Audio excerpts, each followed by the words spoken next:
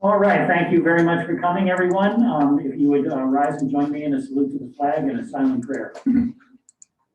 Allegiance to the flag of the United States of America and to the republic for which it stands, one nation, under God, indivisible, with liberty and justice for all.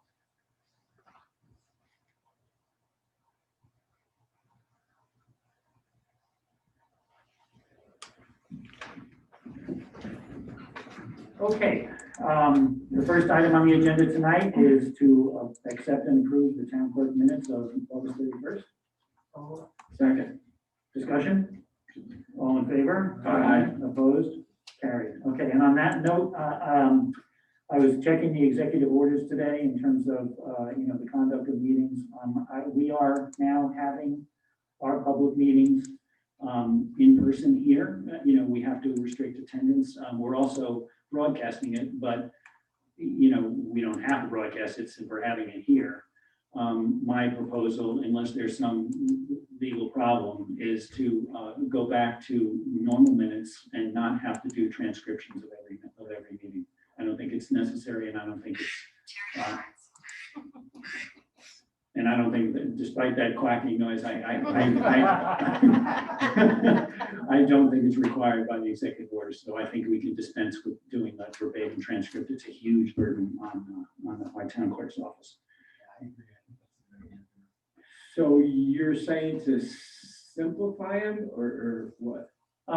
Well, I mean, we comply with whatever requirement there is for minutes, and You have minutes, right? Oh yeah, we'll still have minutes. It's just that they don't have to be transcribed. We don't have to have verbatim minutes. Oh, okay. I got you. Yep.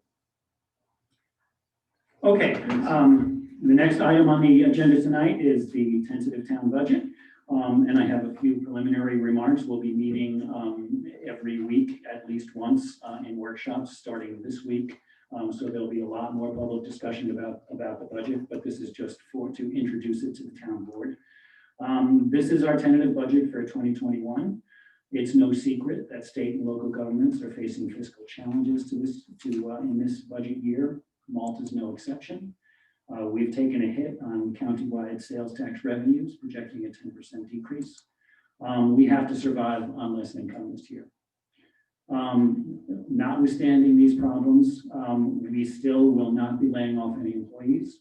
Under this tentative budget, we will not be furloughing any employees. We hopefully will not be imposing a town tax. We haven't had one for many, many years.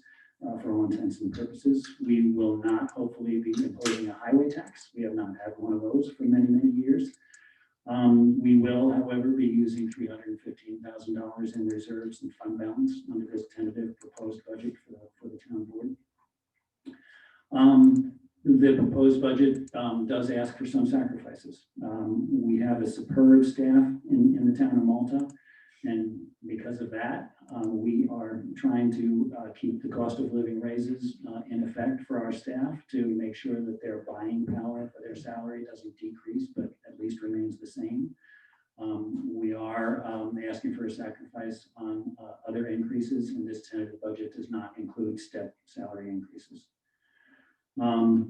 It proposes some reductions in appropriations, and they're going to be felt. We have vacancies in offices that we are proposing not be filled, and that choice does impose additional burdens on our current staff. Our highway improvements are decreased in this proposal by $265,000. Planning fees, community center programs are being reduced if this budget is adopted by the town board. And the budget also asked for seek some help for stressed taxpayers this year by keeping their fire tax the same, notwithstanding the average 5% increase in the assessment for houses. So that if somebody had a house in 2020 that paid X dollars in fire tax, we're hoping that we can keep that the same, even though their assessment has increased X, 5% of X. So it's a tough year budget-wise, and I have two other thoughts. Malta has problems and brought on by this awful virus, but thanks to the fiscal stewardship of this town board, And thanks also especially to the fiscal stewardship of our town controller, Kevin King. We think we can get by without massive disruption.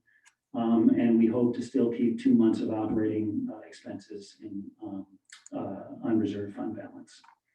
And I might add that the controller came out with a stress test today for municipalities, and we are at 3.3, which is extremely low, lower than average. And it shows that, you know, Malta continues to be in very good shape, notwithstanding the challenges. Second, and this is very important, we are hoping that during the year 2021, we're going to be surprised by sales tax revenues from the county. We hope that there'll be more than we're anticipating. And so because of that, we're planning on revisiting some of these cuts in or about May 2021. And our hope is that we're going to be able to restore some of them. And that's if this tentative budget or something close to it is adopted by this board. The budget in whole decreases from about 10.7 million and change to 9.8. So it's tough, but we think we're going to get through it. And I'm thankful that we don't have any layoffs or furloughs. So with that, I know the board will be diving into this and we'll be in lots of discussions coming up. The workshops are public and we hope that the public can attend. Okay, I'm gonna, for the next items on the agenda, I'm gonna move up E and F now to proceed the town board discussions on those 5 items. And so the first item is comments or announcements from town board members. Does anyone have anything they'd like to say? I just had something quick about the comp plan. We have indeed scheduled 5 public meetings, hoping to get input from the public. I think we've pretty much got the draft. We don't have it in hand yet, but we should have it. And we'll bring together a presentation. So the meetings will all be in this room. They'll all be announced on the website. Variety of times. There's daytime ones, there's morning, there's afternoon, there's evening. And so we're hoping to get as much of the public to come and review the work we've done and give us input. Thanks, Cynthia. Anyone else? Just briefly, on the economic development front, had a great meeting last week with the team at Arnoff. They're now well over 100 employees at their site. Their customers seem to go really, really well. And that they did note that they have several job openings right now in Malta. So if anyone looking for a job and interested, check out the website, the Arnoff website. And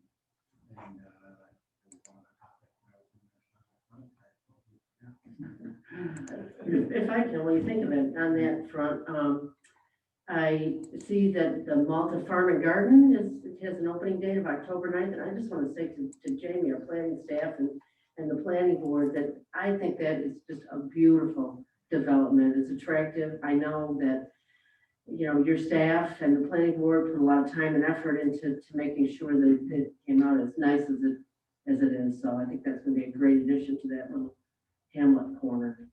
Well, you helped me remind me of what I was going to say there. So, we also, coming up next week, there's going to be a tour of the construction site over at Mohawk Chevrolet. And, you know, the supervisor's pointed out next year's sales tax revenue, hopefully we'll see positive impacts. We do have a couple large projects in Malta that you know, will hopefully be helping with our assessed value with the Farm and Garden Center, with Mohawk Chevrolet, with some of those other projects in our commercial corridor that we've been working so long and so hard to try to bring investment in. Communities now coming online in 2021 will help us in that.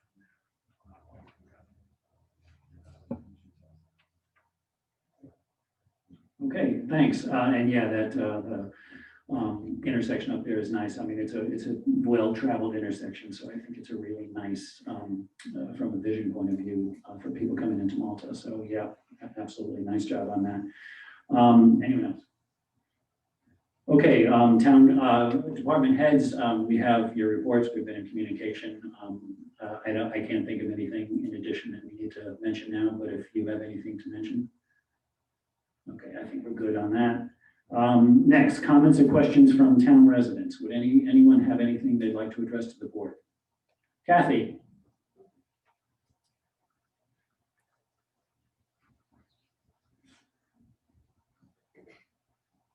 Seniors, what? Malta Senior is alive and well, and we thank God for that. And I want to thank Alyssa.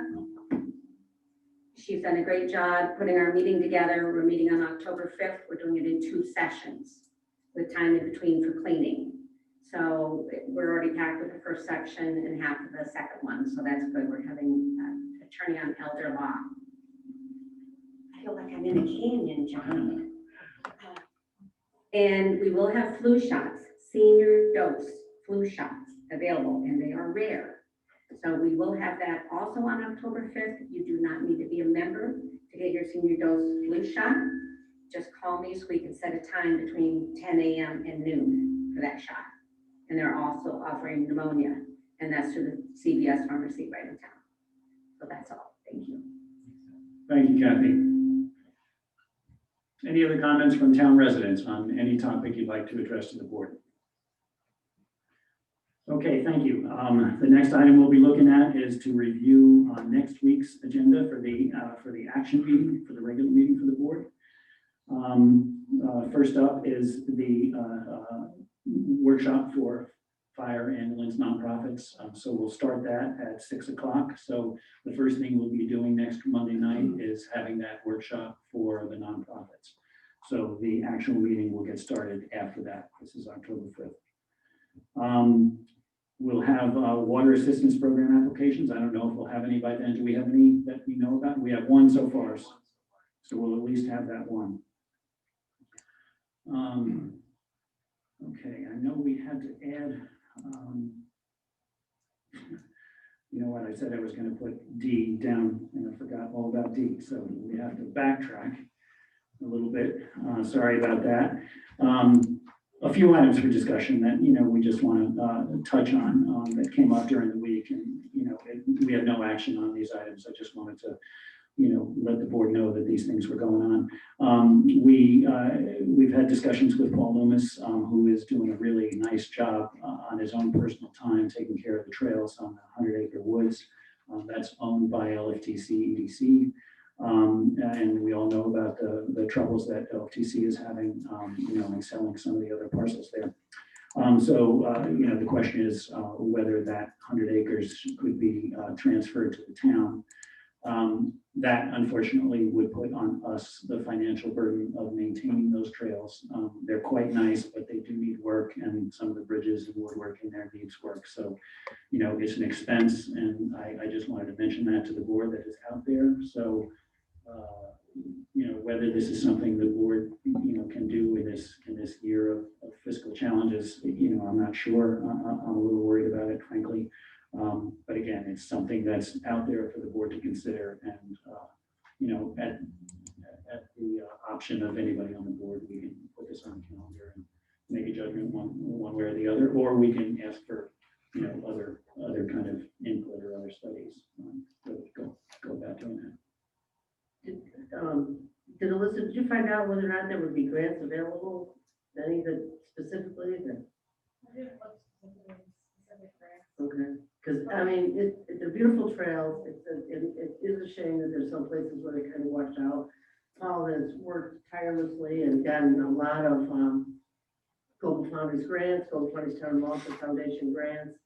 And I would like to see us someday take it over. I understand that this year may not be the year, but I'm hoping that in the future we will revisit this and really make it a premier trail system, because it's really nice having it. Okay, thanks, Cynthia. So Darren, are they asking us to take over the property or take over the keep? They want to convey the property to us. They want to convey the property. I would have a hard time voting for that because it probably includes the insurance and any accidents that all happen. And as we all have seen, they can be extremely expensive. Right, and I might add that, you know, under the PDD, and correct me if I'm wrong, Melissa, but LFTC is, you know, required to maintain those trails, and we all understand that it's under financial difficulties now, but hopefully that won't last for too much longer. Hopefully they'll be able to sell some of those things and be in better shape. So, I mean, there is provision for those trails to be maintained and available to town residents and otherwise. Okay, the next item for discussion tonight is the schoolhouse on East Line and 67. This is a historic building in the town. I can't remember if it's the oldest or the second oldest, but it's back there. And we have some information that's sent out to the board on it, some pictures, et cetera, of the school children in front. The owners of the property have been trying to maintain that building. It's just not possible anymore, and they're wondering if the town can move the building, either by deconstructing it and constructing it someplace else, or putting it on a flatbed and moving it. I just did some very cursory research on it. This is an expensive proposition to move a building like that. And again, because of the fiscal challenges we're facing this year, I'm not sure whether, the board is going to be inclined to do that. Perhaps we can get some grants out there, or,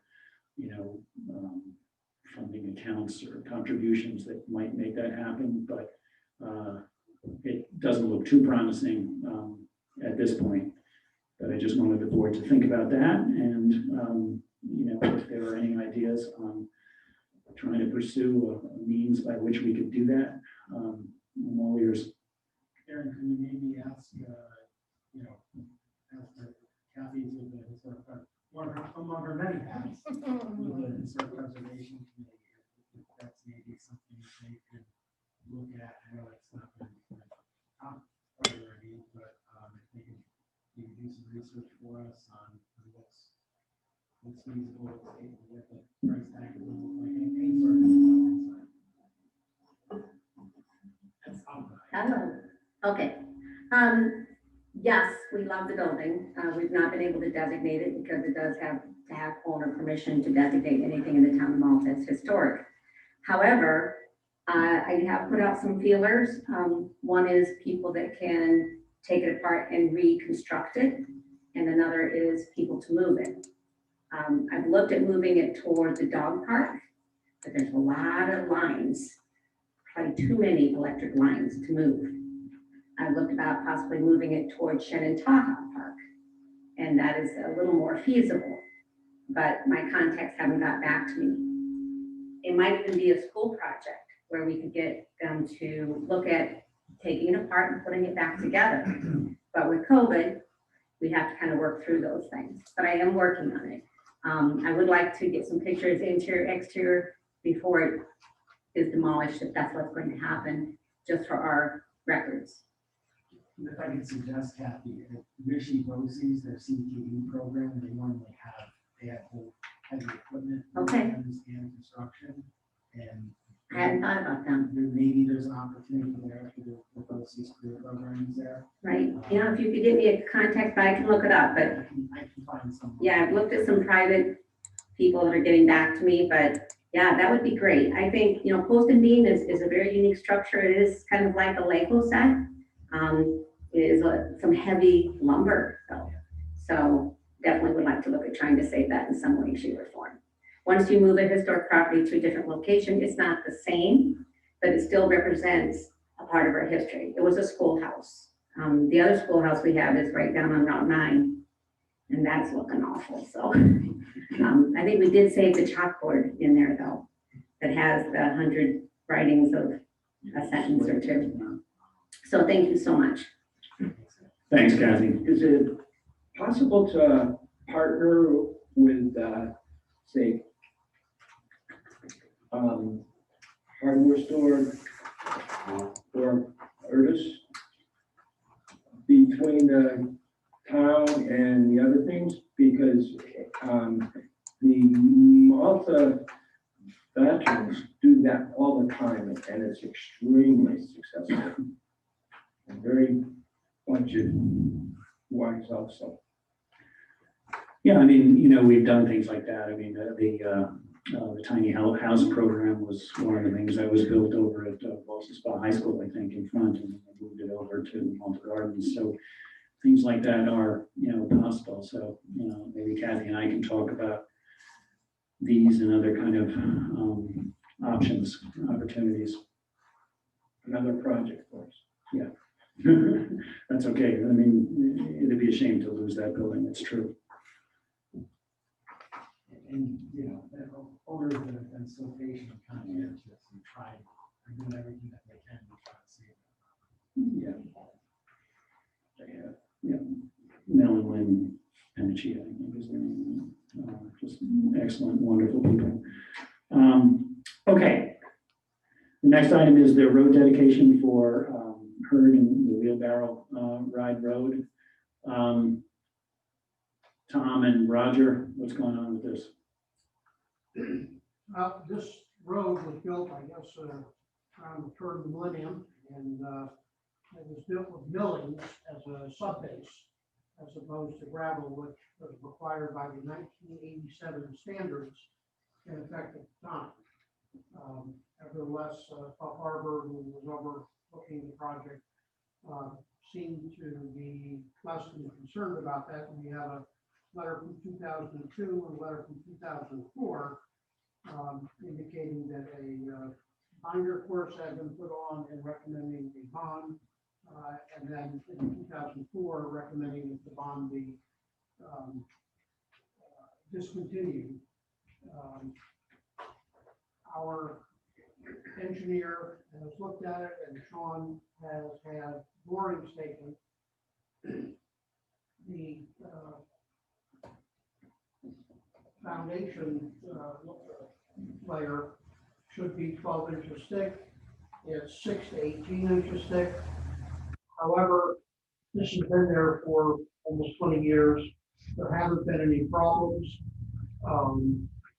And we have those letters from South Harbor which indicate that it was kind of signed off on in the past.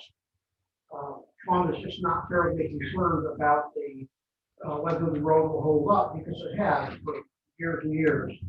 The proposal is that the town board weigh whatever defects there are in light of this history, and that 20% of the cost of the remaining work to be done, which is the Top coat? the top coat of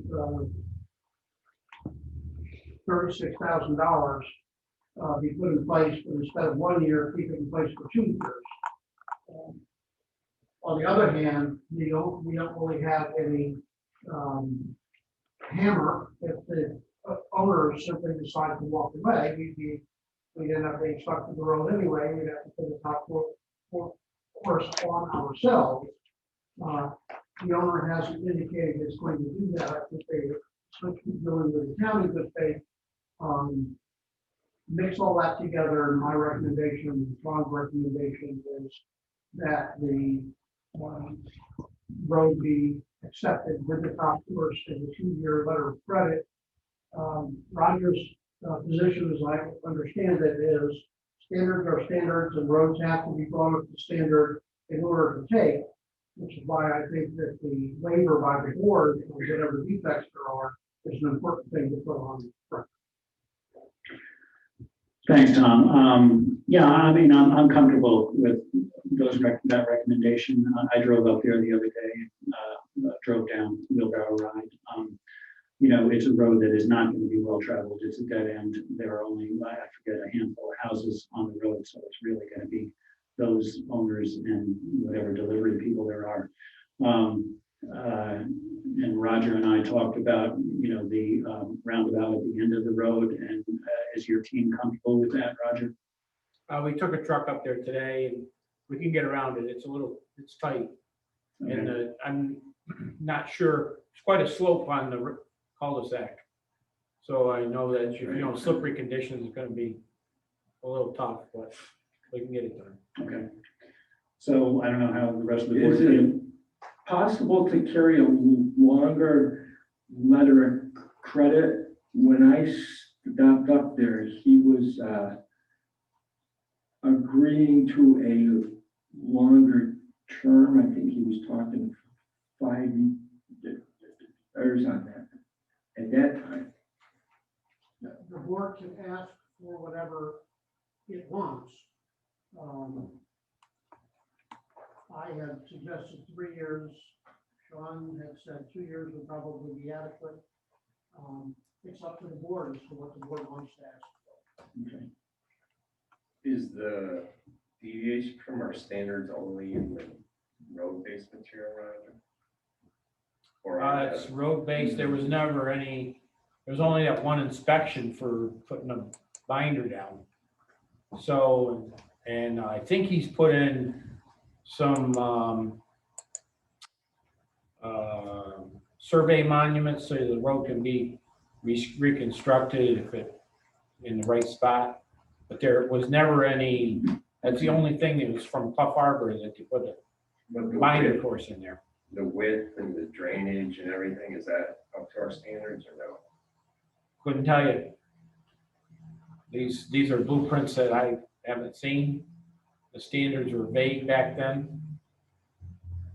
You don't have construction drawings on what's in place there? No, And your visual inspection, you can't really tell whether it meets our specs or not? no, just by the corings that he did. I'm talking about other than Okay, the foundation Yep. of the road. Are there other concerns about failure to meet our specs? it's open drainage, which in today's specs, everything's closed and it goes to a retention area. So I think we do have open drainage in our specs, but because of the MS4 thing, everybody builds with retainage areas now. So This is just open ditches in front of people's houses. there's two ways in which it doesn't meet our spec. One is the foundation and the other is the drainage. I don't know if it's been identified that the road is where it's supposed to be and it's the grades it's supposed to be. I don't know if that's been identified yet.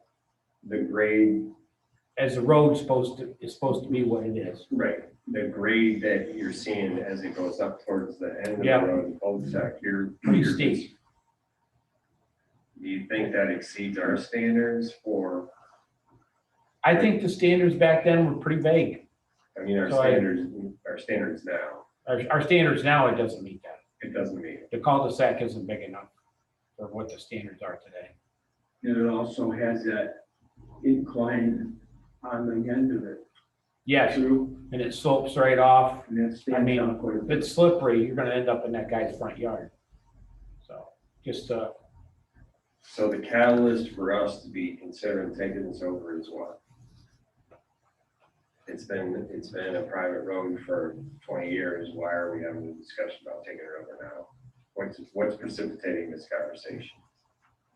because the herds have come and put their paperwork in to turn it over to the town. Well, I think it's more than that. He's been plowing it, I think, Yep. for years. He's getting older, and I think he's concerned about the future of that whole street. He started and he fell through it. You know, I don't know if it was originally supposed to be a town road or a private road. I don't know where that thought process went. It was talked about a bond, but there isn't a bond. Something slipped through the cracks there. So, You oppose us taking it over? no, I don't. I don't, it's a town board decision, Okay. because you guys are gonna have to fund fixing it.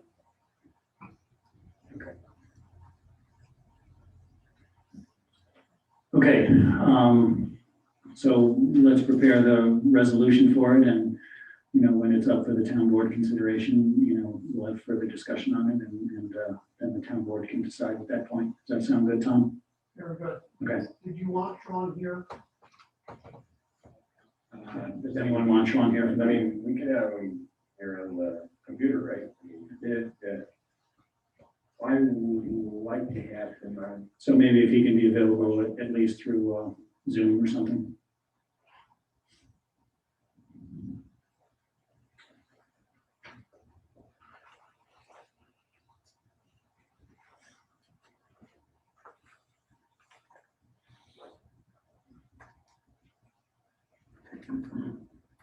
Okay. Board meetings during the pandemic, we talked a little bit about this with respect to the meeting minutes. We're testing out some new technology we got. We hope to be able to, solidify the technological transfer of images and audio so that people can watch from wherever they are.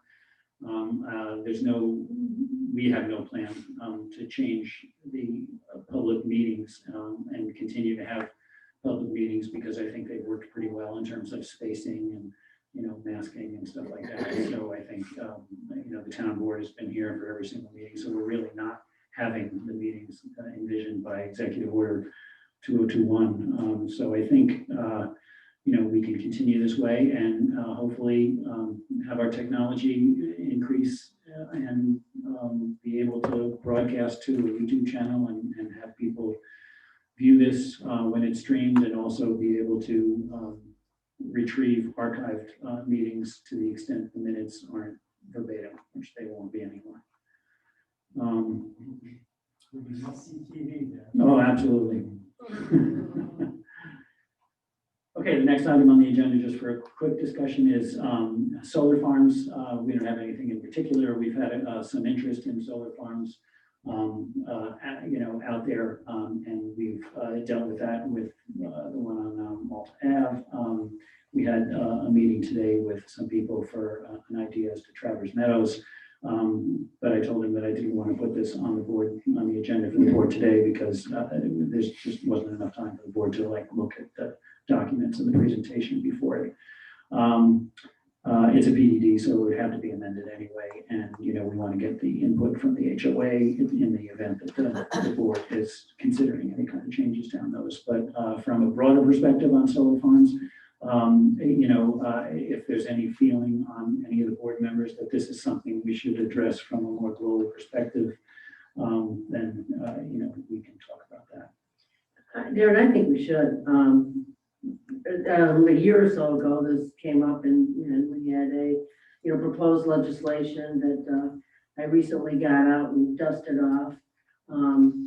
I think that we're getting more and more pressure. I mean, we've already had two that have come before us.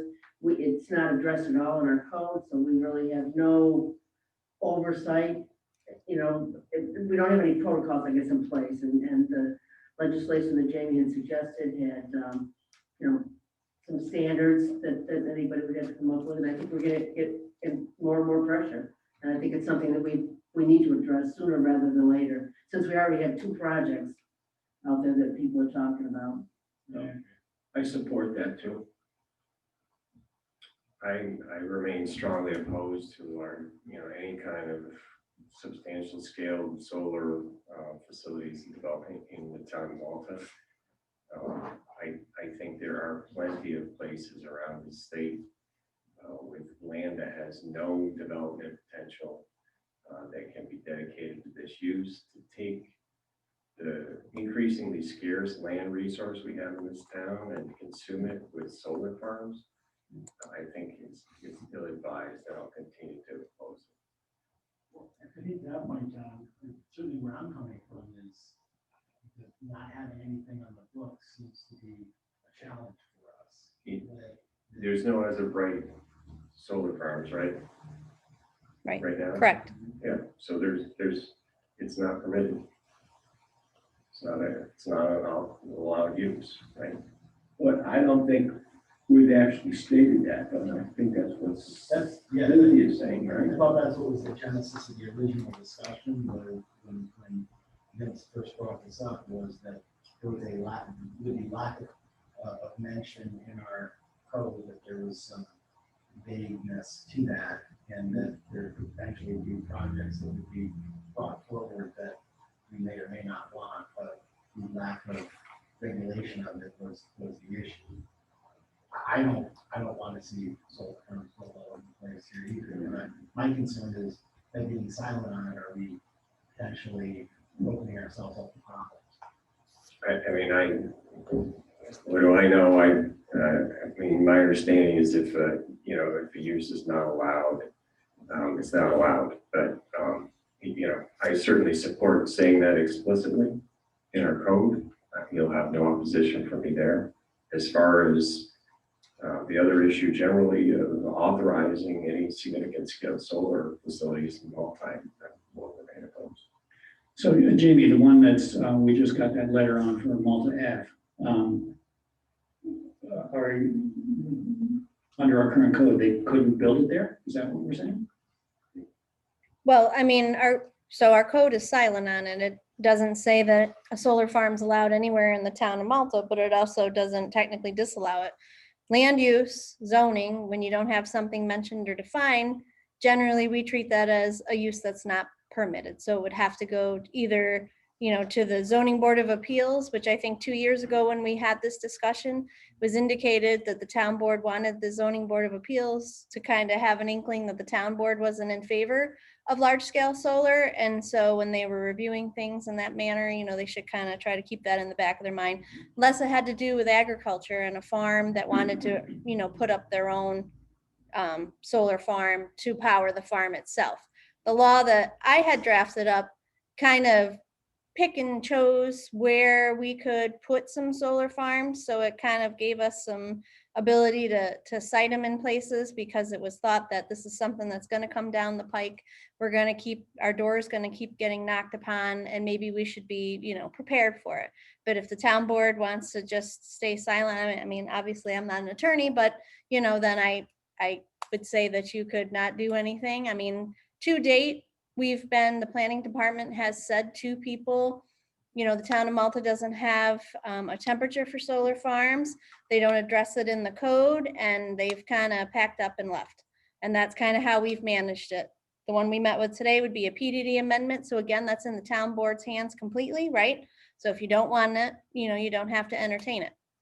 The one on the 17 acres on Malta Ave, that would have fallen out of what I had written initially anyways, because that was a 25 or more acre kind of threshold. But we don't even know what they're talking about. We don't have an application in for the one on Malta Avenue. We have no idea what the megawatts are, any of it, So until we really know, we don't have any idea. We're calling it a solar farm, but it could be 5 panels. We don't really know until we have something tangible. And I think I just get nervous about a slippery slope there. We have folks that have rooftop solar all over town. Sure. And, if we don't define what a solar farm is and say whether it's allowed or not, how do they not, certainly someone could take a leap and, build something out, I would guess, and I could be wrong. Maybe by not being explicitly stated in our code, that will prevent it, but, I think we should review all options from saying none at all, or just defining this is what a solar farm is and they're not allowed, or if the sentiment of the board is some allowable based on acreage or megawatts or however that's defined. I think that, being silent on it, in my opinion, seems to be a dangerous proposition. Okay, and I agree, Jim.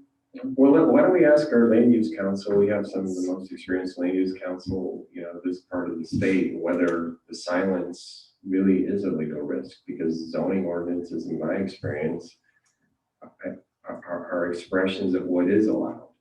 And if stuff is not allowed, it's not allowed. But, I don't practice that much in this area, and, ask Mark and Leah what their opinion is, whether we really have any reason to be concerned about the silence being a legal risk that something will wind up being built and litigated.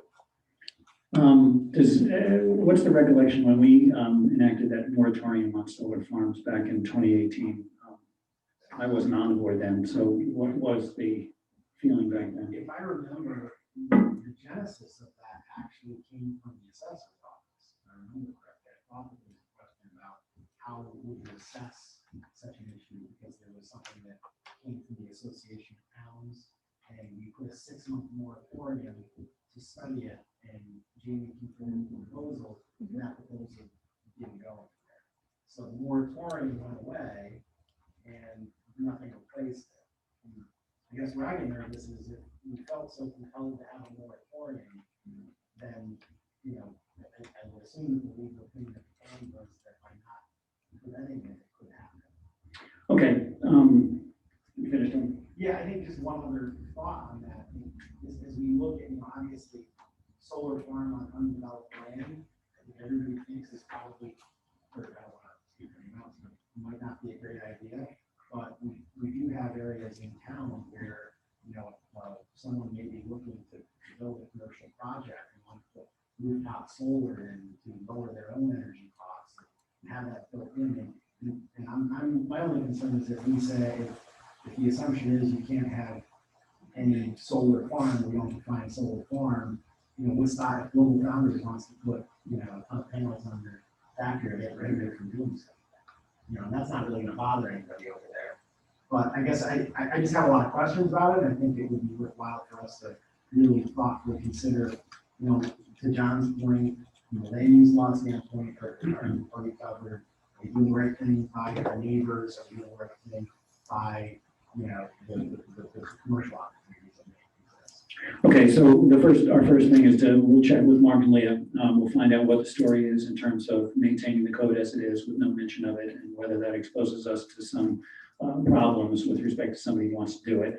And if the advice from them is that, yes, it does expose the town to some uncertainties or problems, or they might be able to do it, then we'll get up a couple of options and present it to the board. How does that sound?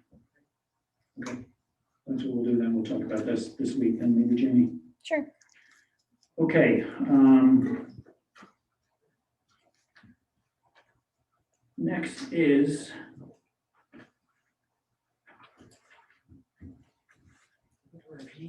yeah.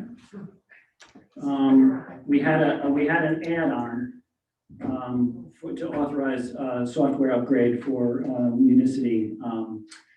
And that's because we're coming up to a point on Municity where they're not going to service the old version that we have anymore. And so this proposed resolution that's going to be on for next Monday would authorize the purchase of, stepping up the Municity that our building and planning office uses. And how much is the expense? 10,000. Yeah. And forgive my ignorance here, the resolve regarding that municipal referendum, is that just boilerplate here, or is this? That's boilerplate, right, Kevin? Yes, Yeah. coming out of It's, the building and planning equipment reserve, therefore necessitating the referendum because it's a specific purpose. well, the permissive referendum, if they come up with 5%, If someone were, yes, I just wanted to make sure I understood. we're not expecting it, obviously. Is this for action this evening? No, for action next week. And This is something we really don't have much of a choice. I don't think so. And we have reserves for it, right, Kevin? Yes. when did we receive word that they weren't going to support our version? Today, officially. And their termination of that support is effective when? July 1st, 2021. But we've been having issues with Municity for quite some time. I would dare say probably 6 to 9 months that we've been trying to work through with Craig.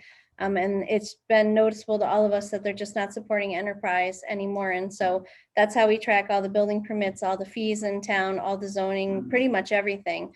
And we've had a situation where we have staff now has to manually enter in parcels that change at the county because the updater is not doing what it's supposed to do, and they aren't able to help us. They being the vendor isn't able to help us in the old program anymore do those things. And so we've really been at an impasse. I mean, I thought about it a year ago, to be honest, during the budget time, but we decided to try to limp along, and I've now asked again how much it was going to be, which actually we got a quote of less money than we did last year at this time for migrating. It's just the annual fee is going to be more. Is there any other department that uses the software? Yes, Ray, the assessor's office uses it. Okay.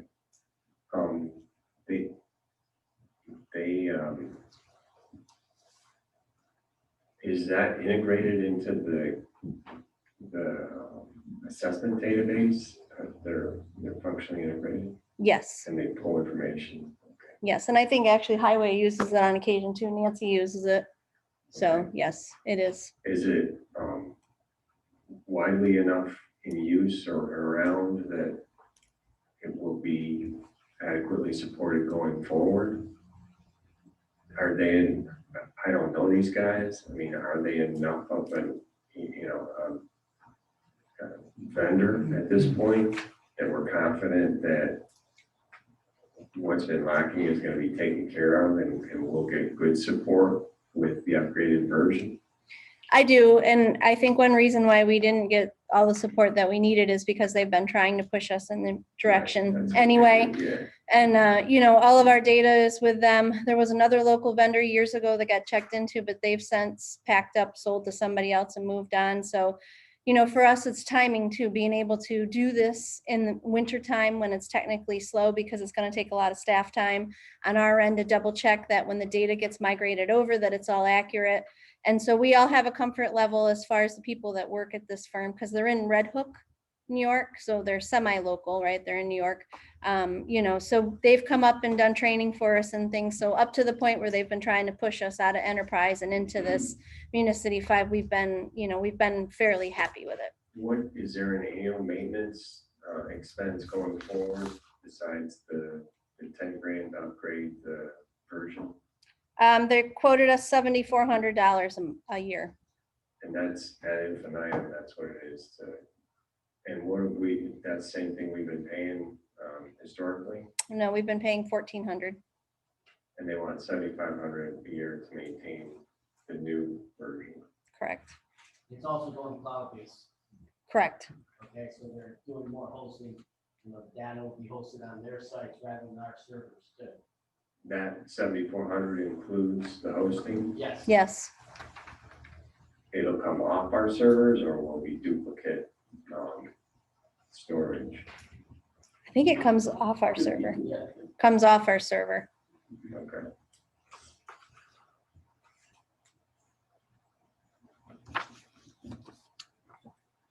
Okay. Next item on the agenda is the stipulation of settlement for Rite Aid / Walgreens. I think it's been recommended by our attorneys who've been handling this slew of cases brought in connection with that property. So we think it's a fairly, it's a stipulation that I think is in the town's best interest to accept, but we can discuss that next week or tonight if anyone wants to. Next item is Candace appointed Sherry Davenport as the deputy tax receiver, and the proposed resolution for the board will be to just set her salary. And the final one is budget transfers, and we may have some next week, right, Kevin? Or? Yeah, you might.